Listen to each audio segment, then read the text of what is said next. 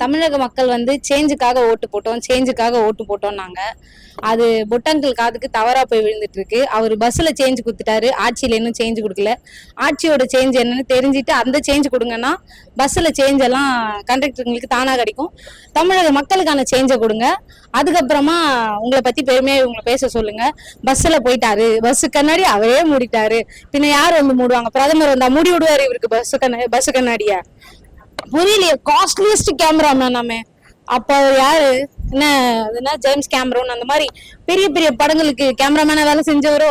Costliest cameraman நாம. நல்ல வேலைப்பா. அந்த ஐபோன் 17 ப்ரோ, அது அந்த போட்டோல ஐபோன் 17 ப்ரோ கீழே மட்டும் இல்லைன்னு வச்சுக்கேன், அந்த வீடியோ அந்த போட்டோவே ஏஐன்னு இருப்பீங்க நீங்க. அது 2 வருஷத்துக்கு முன்னாடி எடுத்த போட்டோவா?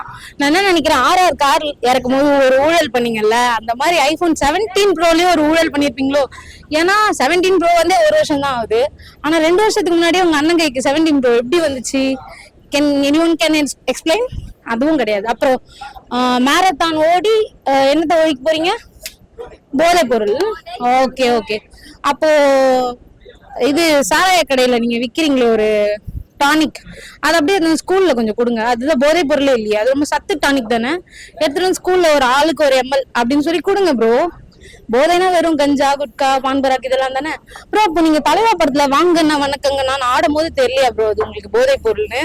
அது என்னது குவார்டர் வாட்டர் சேர்ந்துச்சுன்னா கொட்டுது காதல் தத்துவம்னா சூப்பரா இருந்துச்சுன்னா அங்க மட்டும்தான் இதெல்லாம் வந்து ப்ரமோட் பண்ணீங்க. இங்க வந்து மனித புனிதரா மாறிட்டீங்க.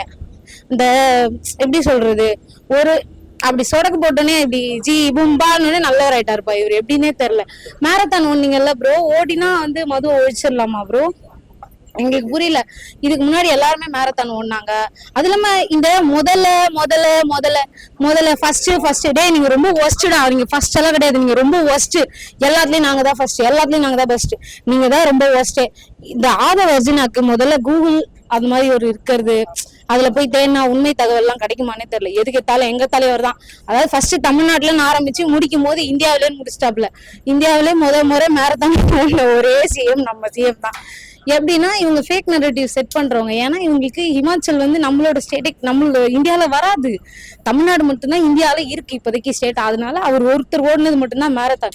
அவர் கூடயே சேர்ந்து ஒரு அவரோட தற்கூரி கூட்டம் ஓடிச்சு. சரி ஒழிச்சிட்டீங்களா போதைய? இல்ல. ஏன்னு கேளுங்க. கிரிக்கெட் ஸ்டேடியத்துல, அதாவது ஸ்போர்ட்ஸ் எடு ட்ரக்ஸ் வீடு தானே, ஸ்போர்ட்ஸ் ஸ்டேடியத்திலயே உட்காந்து நாங்க ட்ரக்ஸ் எடுப்போம். கேட்டா குழந்தைக்கு மாத்திரைன்னு சொல்லுவோம். எந்த டாக்டர் வந்து 1.5 வயசு குழந்தைக்கு மாத்திரை கொடுத்தாருன்னே தெரியல. இவங்க கட்சியில மட்டும்தான் வினோதமான விஷயங்கள்லாம் நடக்கும். 1.5 வயசு குழந்தைக்கு மாத்திரை எப்படி தெரியுமா கொடுக்கணும்? ஏதாவது துணியில இல்ல ஒரு பேப்பர்ல போட்டு கடிச்சு இல்ல ஸ்மாஷ் பண்ணீங்களே, நீங்க சொன்ன மாதிரி ஸ்மாஷ் பண்ணி கொடுத்துருக்கலாம்ல ப்ரோ. உங்க போட்டோல ஒரு எப்படி சொல்ற 360 வீடியோ ஒண்ணு பார்த்தேன் அந்த இன்ஸ்டாகிராம்ல.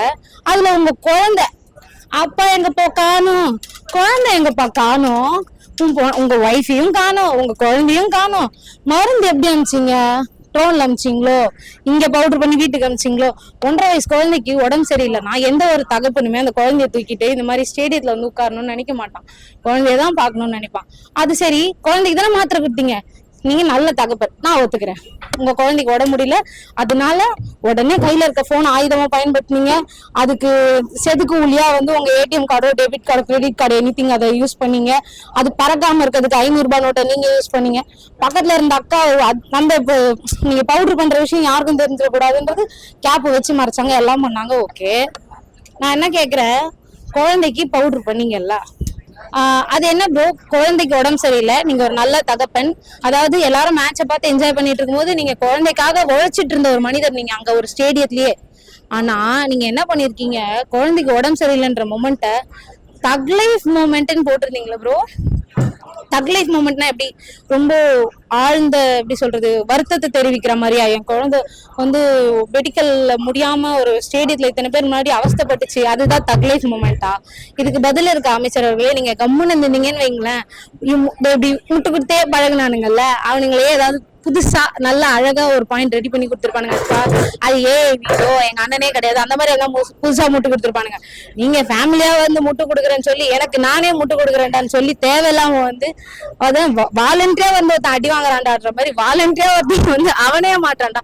ஸோ இது வரைக்கும் மருத்துவர்கள்லாம் வந்து அரசியல்வாதிகளை பத்தி பேசி நான் பார்த்தது இல்லை. இன்னைக்கு காலையில பாக்குறேன் ப்ரோ, ஒரு மருத்துவர் வீடியோ போட்டிருக்காரு. எந்த மருத்துவர் உங்க குழந்தைக்கு டேப்லெட் கொடுத்தாருன்னு விளக்கம் பண்ணி வீடியோ போட்டிருக்காரு ப்ரோ. அதை பார்த்துட்டு எதனா நல்ல கீ பாயிண்ட்ஸ் எல்லாம் எழுதின்னு வந்து அப்புறமா பேசுங்க.